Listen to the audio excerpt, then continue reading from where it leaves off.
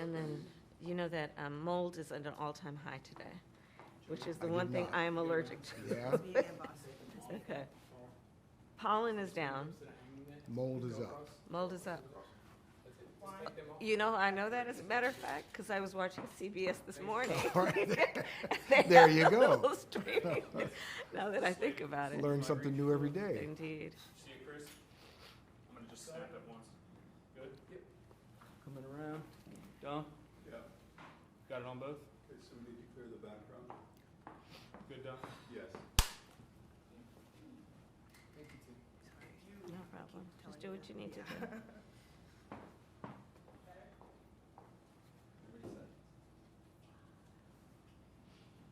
We're all perfectly happy? Everybody happy? Oh, you're supposed to wear that. Good? I'm good. All right. Well, Madam Vice President, one, thank you for doing this. Of course. And thank you for inviting us into your home. Of course. We're going to be running this on the anniversary of the Hamas attack on Yeah, on Israel. October 7th. So let's just start with Hang Israel. on 1 second, Bill. Yeah. Sorry, we had someone in the background. I'm afraid you're gonna have to re-ask that. Okay, whoever's in the dining room? It was me. Okay. So yeah, just to start with. Include the need for humanitarian aid, the need for this war to end, the need for a deal to be done which would release the hostages and create a ceasefire. And we're not going to stop in terms of putting that pressure on Israel and in the region, including with other leaders in the region, including Arab leaders. But it seems that Prime Minister Netanyahu is not listening. The Wall Street Journal said that that your administration has repeatedly been blindsided by Netanyahu. And in fact, he has rebuffed just about all of your administration's entreaties. Well, Bill, the work that we have done has resulted in a number of movements in that region by Israel that were very much prompted by or a result of many things, including our advocacy for what needs to happen in the region. And we are going to do what is important to support whatever leadership is in Israel that is defending the security of the state of Israel.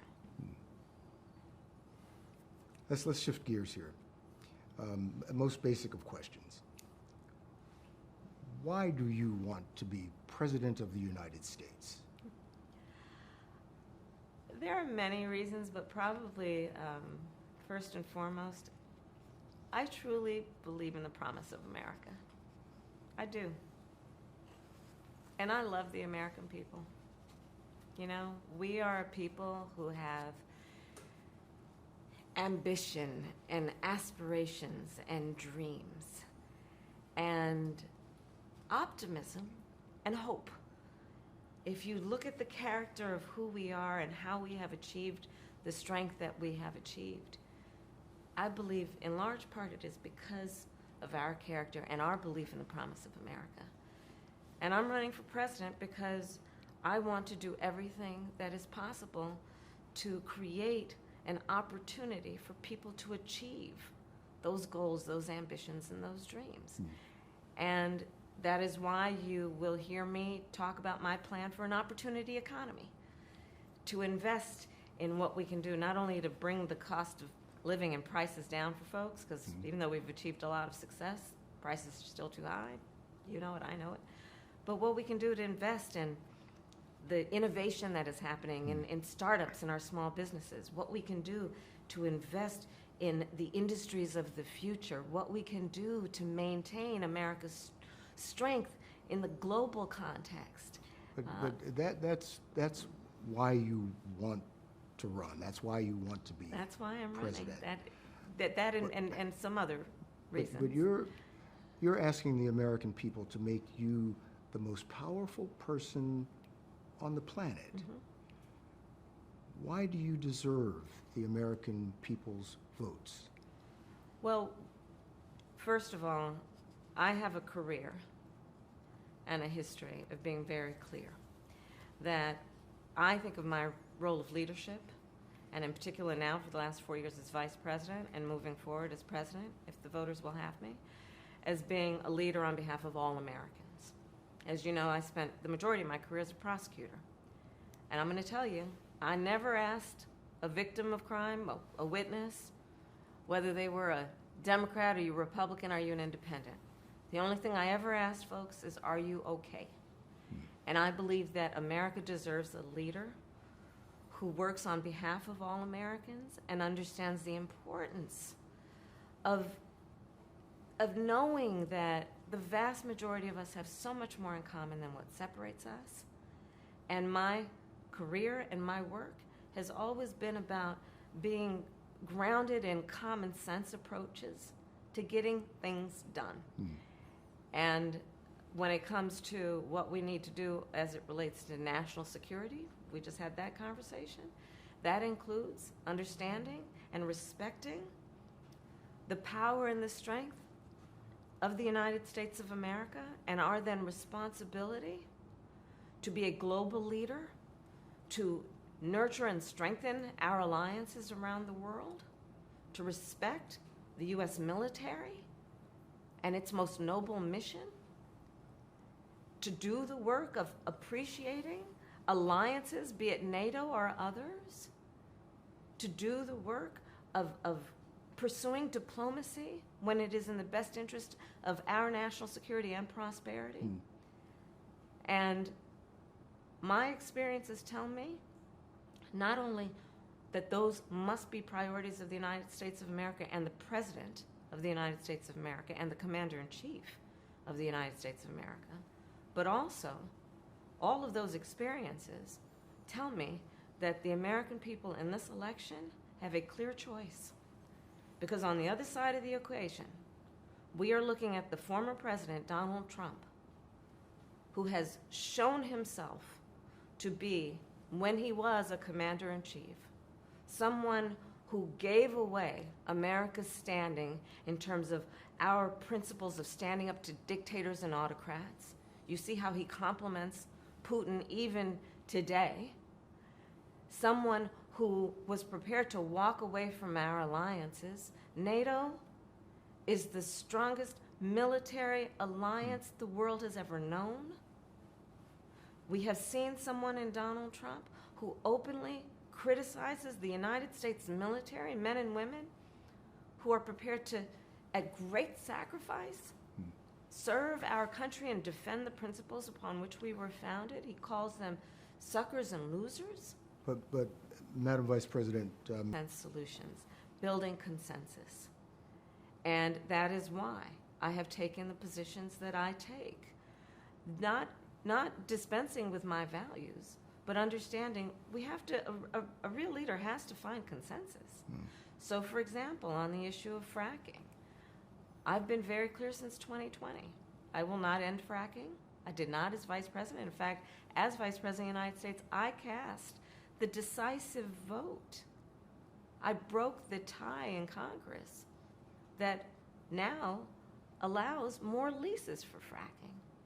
On the issue of health care in America, my value has always been that access to health care should be a right and not just a privilege of those who can afford it, which is why I cast the tie-breaking vote in the United States Congress that has now allowed us to cap the cost of insulin for seniors at $35 a month. The work that I have been a part of and helped lead about capping the cost of prescription medication for our seniors at $2,000 a year, all born out of my belief that we need to bring the price of medication down because it has been too expensive for too many people to the point that they couldn't even afford to fill their prescription. That's why I've been a huge advocate for what we have accomplished finally to allow Medicare to negotiate drug prices on behalf of the American people. you have said that your values haven't changed, but your positions have. And I think people want to know, is this evolution or, as your critics say, opportunism? I think that we should understand the importance of a leader building consensus. I believe in building consensus. And I believe in finding a way that the American people, and we are a diverse people, geographically, regionally, based on whether it be urban, rural, agricultural, we are a diverse, an issue I've taken on before as Attorney General, the issue of price gouging, which is not all, but some corporations and businesses that take advantage of a crisis and jack prices up, making the cost of groceries and other everyday essentials too expensive for the American people. But I'm taking on the issue of housing. It's a big issue in our country. It's too expensive. There were generations before us that believed they could achieve the American dream, which included home ownership. Now I travel our country. I talk to young people every day. And they are so concerned they'll never be able to afford to buy a home or even start a family because of the cost of housing. So part of my plan is to put the resources into partnering with builders and developers to create incentives for them to build 3 million new homes by the end of my first term. And my plan includes giving first-time home buyers a $25,000 down payment assistance so they can just get their foot in the door. Who know that it is not right that hardworking people are paying a higher tax rate than the richest people who can afford to pay their fair share. So that's how we deal with it. But understand also that this is, yes, it is about how we pay for what we're doing, but understand it doesn't end there. My plan is actually about strengthening America's economy, not just netting zero. My plan is about doing what we can do for small businesses and startups. Right now, the tax deduction bill for a startup, $5,000. In 2024, nary a person going to be able to start a small business with $5,000. So I'm going to extend it to $50,000. My plan is about what we need to do to, yes, expand the child tax credit, because for young families, for the first year of their child's life, $6,000 allows them to buy a crib, a car seat, and just be able to not just get by, but get ahead for that most critical stage of their child's development. We all benefit from that. We all benefit from that. I understand, but that sounds great. It does. It all sounds good, but the reality is these tax cuts have been in place for years. They're about to expire. Yeah. Part of the work I've always done and the work I will do as president includes engaging the private sector to join in what we can do, whether it be, again, tax incentives for builders or developers, or what we need to do to increase the work I've already done to get some of our biggest finance houses and corporations to invest in community banks to increase access to capital for small businesses. So all of this work must be done, but we have to have a holistic approach that is comprehensive. I guess what I was asking, if all of this makes so much sense, why has this not been done? You're dealing with a Congress that is divided, that many are in opposition to not only you but your policies. So how are you going to make this come true? Bill, if I approached my life as though, well, it's never been done before, therefore it cannot be done, I wouldn't be sitting here in this interview with you. That's the truth. But I do believe that we have to have leadership in our country as we turn the page on all of these sadly powerful forces that have been trying to divide us. We have to turn the page on that and chart a new way forward that is driven by building consensus and building common ground. Listen, you look at my campaign. I am supported by over 200 former members of Mitt Romney, John McCain, both President Bush, and even former President Trump's teams. I have the support of people Republicans who understand what is at stake in this election, be it as it relates to our democracy and our most fundamental principles. And I do believe, based on a collective understanding we have, that America's politics has to get back to the place of encouraging healthy debate, but not division for the sake of division. Just a couple more economic questions here. Sure. Donald Trump says that tariffs on imports, well, that would be the solution to all of our economic woes. You criticize his plan for tariffs, yet the Biden-Harris administration has left many of the Trump-era tariffs in place, especially when it regards China. And President Biden has, in fact, expanded some of those tariffs. Would you continue the Trump-era tariffs if you're elected? So part of the real problem that economists and others have pointed out about Trump's approach. In this election, he is advocating what is at least a 20% tariff across the board on everyday necessities and goods, which economists have estimated will cost the average American family more than almost $4,000 a year, more than what they're already paying. But you've got tariffs. Goods, but let me get to my point. On everyday goods, so a across the board blanket policy on tariffs for everyday goods and necessities. Tariff policy we cannot afford to have that is just a blind policy without looking at what we are talking about and what will it induce, what will it incentivize.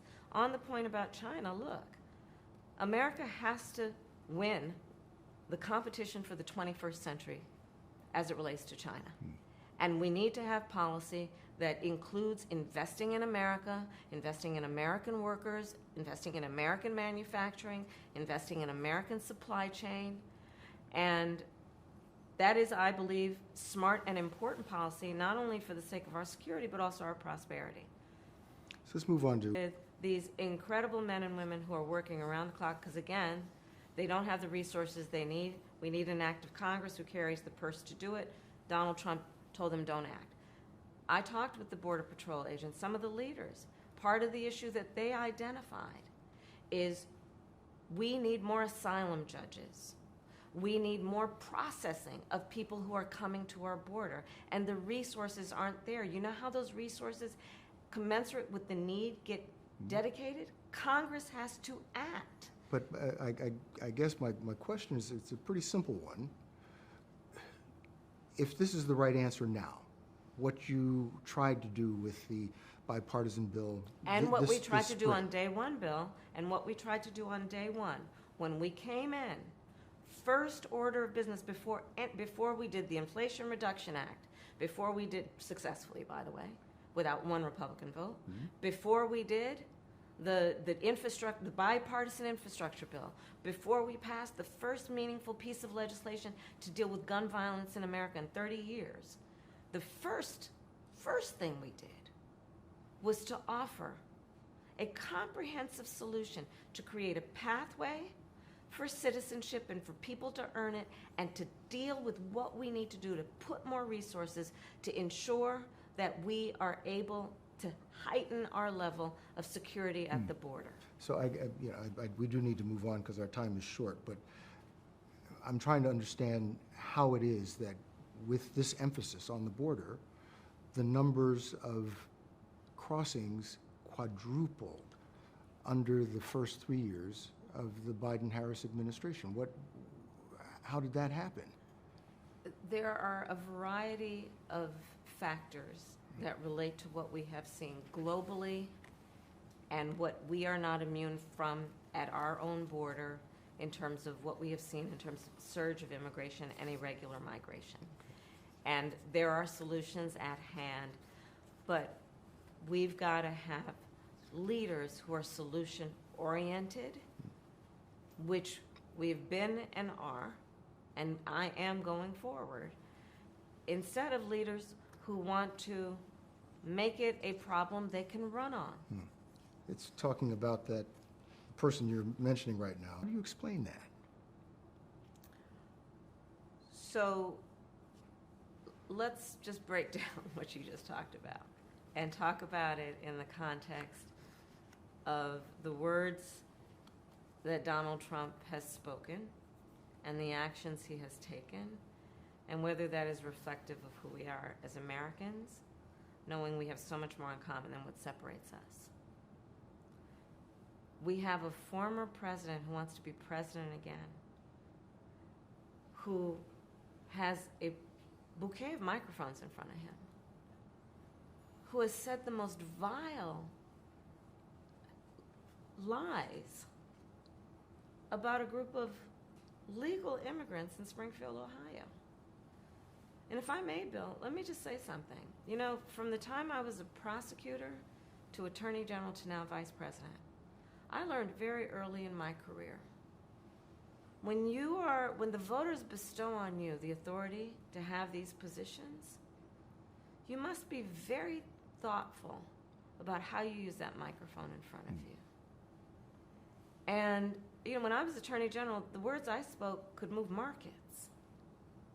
So the idea that the former president, who again is running to be president, would use that microphone in a way that is about vilifying and demeaning a whole population of people. You know what has happened because of that?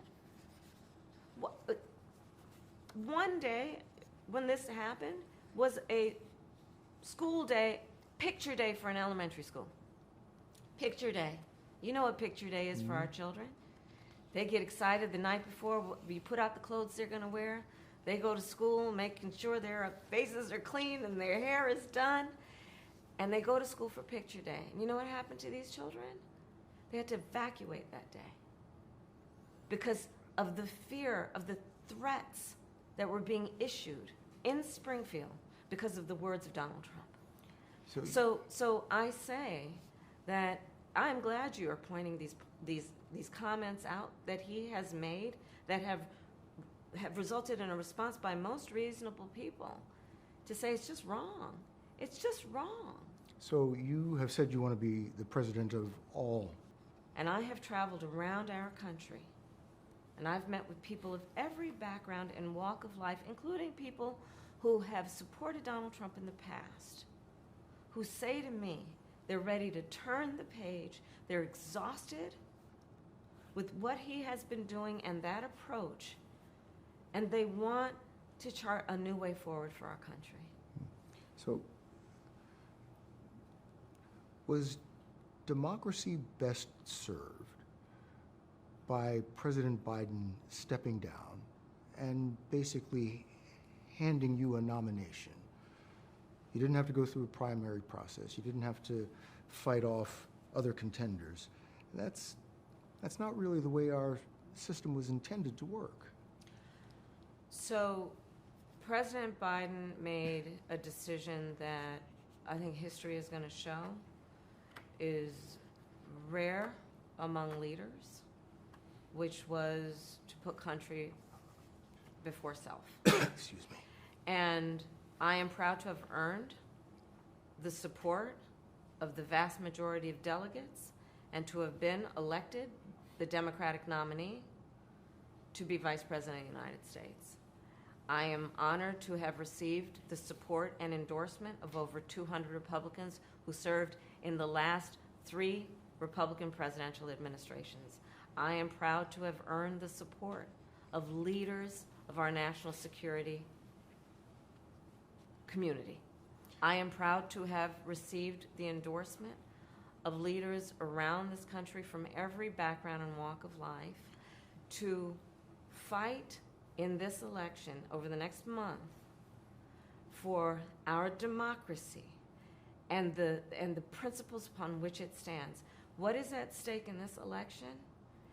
You mentioned our democracy, is whether we are a nation that abides by and respects the rule of law, and that we have a president who is the champion of following and respecting and upholding rule of law. But I would not think that someone who has been convicted of 34 felonies, who tried to overturn the free and fair election, which was the will of the people on January 6th. Not someone who has said he would be a dictator on day one. Not someone who has said, and these are his words, he would terminate the Constitution of the United States of America.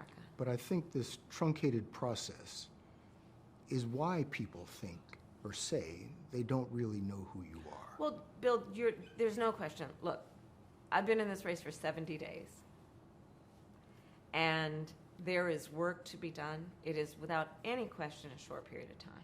There's no question about that, which is why I'm traveling around our country. As I said earlier, I mean, you've seen me. I'm from one state to the next to the next. I don't know how many states I've been in this last week alone. Literally, I've lost count. So it is my responsibility to earn the vote, and I'm going to work to do that. 3/4 of the American voters, or likely voters, say that they are concerned about the possibility of election-related violence. And with 2 assassination attempts against former President Trump, the country seems near a boiling point. What can you do? What should you do to lower the temperature? Well, first, let's start with those attempts, assassination attempts on the former president. I was deeply disturbed, shocked, and shaken, frankly, when they happened. I called the former president to check on him. But it is really important that all of us speak loudly, regardless of who we're voting for, to say our differences have to be settled at the ballot box and not through violence. We cannot lose our soul in terms of who we are as Americans by resorting to violence to settle our differences, much less to make a decision about who's going to be the next president of the United States. Let's hit on some more foreign policy. There's a bug in here. Which foreign country do you consider to be our greatest adversary? Well, there are different reasons that we should be thoughtful about each. Most recently, I think there's an obvious one in mind, which is Iran. And look, I mean, Iran has American blood on their hands, okay? And what we saw in terms of just this attack on Israel, 200 ballistic missiles, what we need to do to ensure that Iran never achieves the ability to be a nuclear power, that is one of my highest priorities. So if you have proof that Iran is building a nuclear weapon, would you take military action? I'm not going to talk about hypotheticals at this moment. What about China? China is strongly asserting its dominance, its control of the South China Sea, especially around the Philippines. What is the U.S. responsibility for keeping China from simply taking over the South China Sea? Well, I have actually worked very closely with the leaders in the Philippines on just this very issue, and including the work that we are doing in terms of coordination between our military and training, and what needs to happen in terms of protecting the freedom of the South China Sea. China, first of all, we must win the competition for the 21st century with China. We must be able to compete and win. We should not seek conflict, but we have to understand that there are parameters in which we must operate that include ensuring, for example, that we protect American business interests. So say if China attacks Taiwan, would we use military force to support Taiwan? Bill, I'm not going to get into hypotheticals, but listen, we need to make sure that we maintain a one China policy, but that includes supporting Taiwan's ability to defend itself, including what we need to do to ensure the freedom of the Taiwan Strait.